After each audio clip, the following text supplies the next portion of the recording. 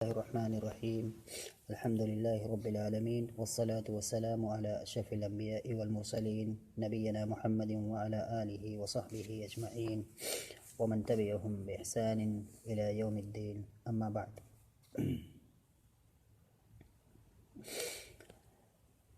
پچھلے کچھ دروس میں باتیں چل رہی تھیں ناقص کے بارے میں۔ فعل ناقص وہ فعل ہوتا ہے جس کے لام کلمہ میں حرف علت ہو، تو ایسے فعل کی گردان کیسے کی جائے گی، چاہے وہ صرف صغیر کی گردان ہو چاہے صرف کبیر کی گردان ہو۔ ان تمام گردانوں کو پچھلے کچھ دروس میں بتایا گیا تھا، اور ان گردانوں کے اندر کیا کیا تعلیلات واقع ہوں گی یہ بھی سمجھایا گیا تھا۔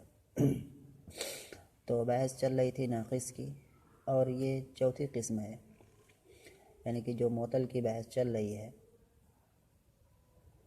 اس معطل میں کئی ساری قسمیں ہیں، اور معطل کی 5 قسمیں بتائی گئی تھیں۔ پہلی قسم جو تھی وہ معطل سے جڑے ہوئے قواعد کے بارے میں یا تعلیلات کے بارے میں یا اعلال کے بارے میں، جو بھی ہم کہیں۔ اس کے بعد دوسری قسم جو تھی وہ مثال کی گردان کے بارے میں تھی۔ تیسری قسم جو تھی وہ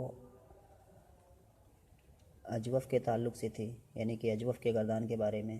اور چوتھی جو قسم ہے جو کہ ابھی چل رہی ہے اس کا تعلق ناقص سے، یعنی کہ فعل ناقص کی گردان کے بارے میں، اس کی تعلیلات کے بارے میں، اور ان گردانوں کے اندر جو بھی تبدیلیاں ہوں گی ان کے بارے میں۔ تو پچھلے کچھ دروس میں ناقص واوی کی ہم گردان پڑھ رہے تھے، اور بطور مثال ہم دعا یدعو فعل کو لے کر کے الگ الگ تعلیلات کر رہے تھے۔ آج ہم ناقص یائی کو پڑھنا شروع کریں گے۔ ناقص یائی اس کا مطلب کیا ہے کہ وہ فعل جس کے لام کلمہ میں حرف علت ہو اور وہ حرف علت یا ہو، تو اس کو ناقص یائی کہتے ہیں یا ناقص یائی کہتے ہیں۔ اور ناقص یائی کئی ابواب سے، الگ الگ ابواب سے آتا ہے۔ اگر وہ باب ضرب یضرب سے آئے تو اس کی جو ہے گردان کیسے کریں گے یا اس کی گردان کیسے کی جائے گی، اسی چیز کو یہاں پر بتانے کی کوشش کی گئی ہے۔ سب سے پہلے جو گردان ذکر کی گئی ہے وہ صرف صغیر کی گردان ہے۔ پہلے میں اس کو پڑھتا ہوں اور اس کے بعد پھر آئیں گے اس کتاب کے اندر یا اس گردان کے اندر صاحب کتاب کیا باتیں کہہ رہے ہیں، کیا کچھ بتا رہے ہیں، اس پر آئیں گے۔ پہلے اس کی گردان کو ہم دیکھتے ہیں۔ کہہ رہے ہیں کہ ناقص یائی جو ضرب یضرب سے آتا ہو، تو وہ ایسا کون سا فعل ہے جو ناقص یائی ہونے کی اس کی لام کلمہ میں حرف علت ہو اور وہ باب ضرب یضرب سے بھی آتا ہو، تو وہاں پر انہوں نے مثال دیا ہے۔ یہ کلمہ ہے الرمیو، جو کہ مصدر ہے جس کا معنی ہوتا ہے تیر چلانا، رما یرمی رمین۔ تو یہ الرمیو مصدر ہے، رما یرمی فعل کا۔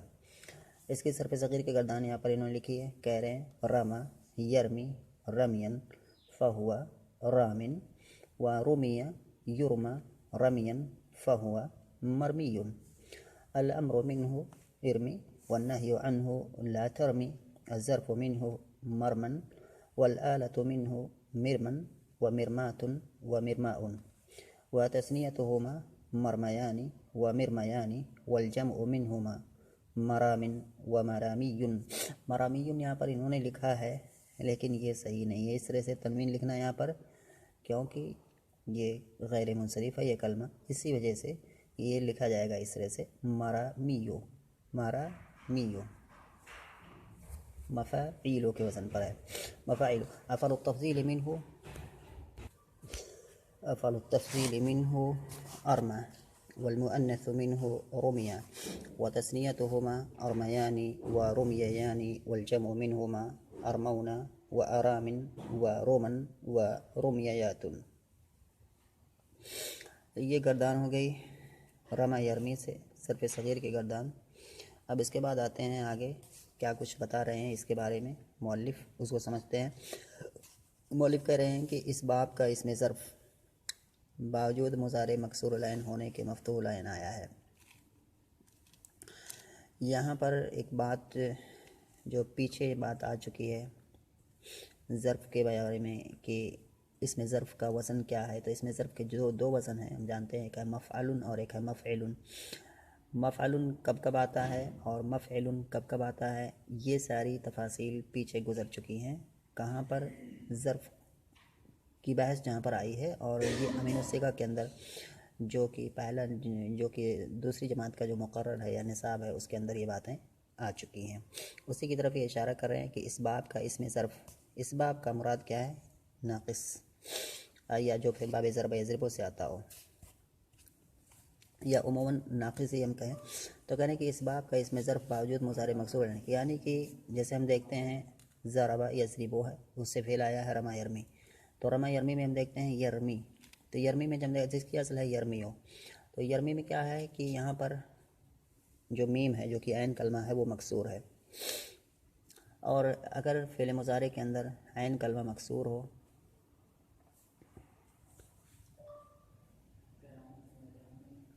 تو ایسی صورت میں جو ظرف بن کر کے آتا ہے وہ عین کلمہ کے کسرہ کے ساتھ آتا ہے۔ جیسے کہ مثال کے طور پر یضربو فعل ناقص نہیں ہے، فعل صحیح ہے، یہ بھی باب ضرب یضرب ہی سے ہے۔ اگر اس کا ہمیں ظرف بنانا ہو تو کیا آئے گا؟ مضربن آئے گا، مضرب، جیسے کہتے ہیں مضرب المثل، تو مضربن یہاں پر آئے گا۔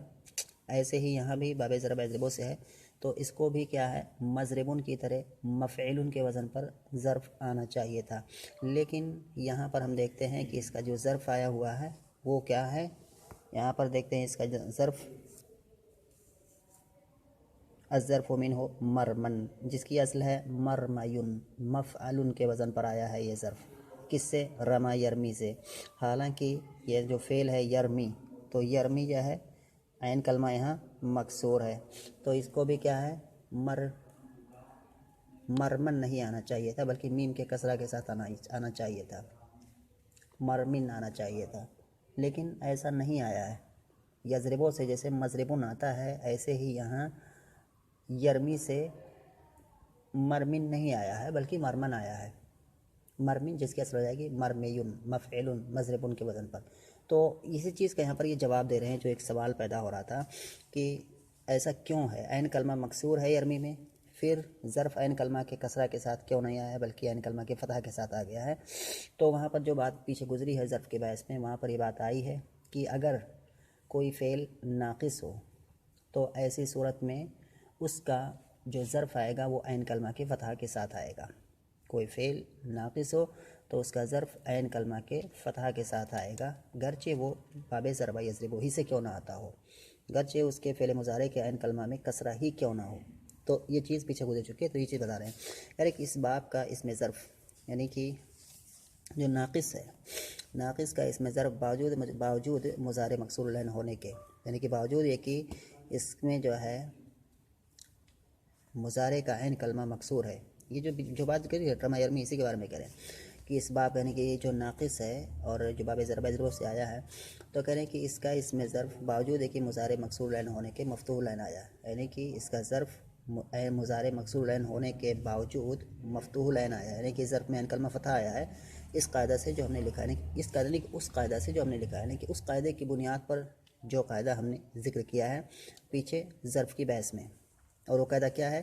وہ قاعدہ یہ ہے کہ ناقص سے بہرحال اس میں ظرف مفتوح العین آتا ہے، یعنی کہ جو ناقص فعل ناقص ہوگا اس سے اگر ہم اس میں ظرف بنائیں گے تو اس میں ظرف ہمیشہ عین کلمہ کے فتح کے ساتھ آئے گا، یعنی کہ مفعول کے وزن پر آئے گا، یعنی کہ اور اس کی یا الف ہو کر تنوین کے ساتھ اجتماع ساکنین کی وجہ سے گر گیا۔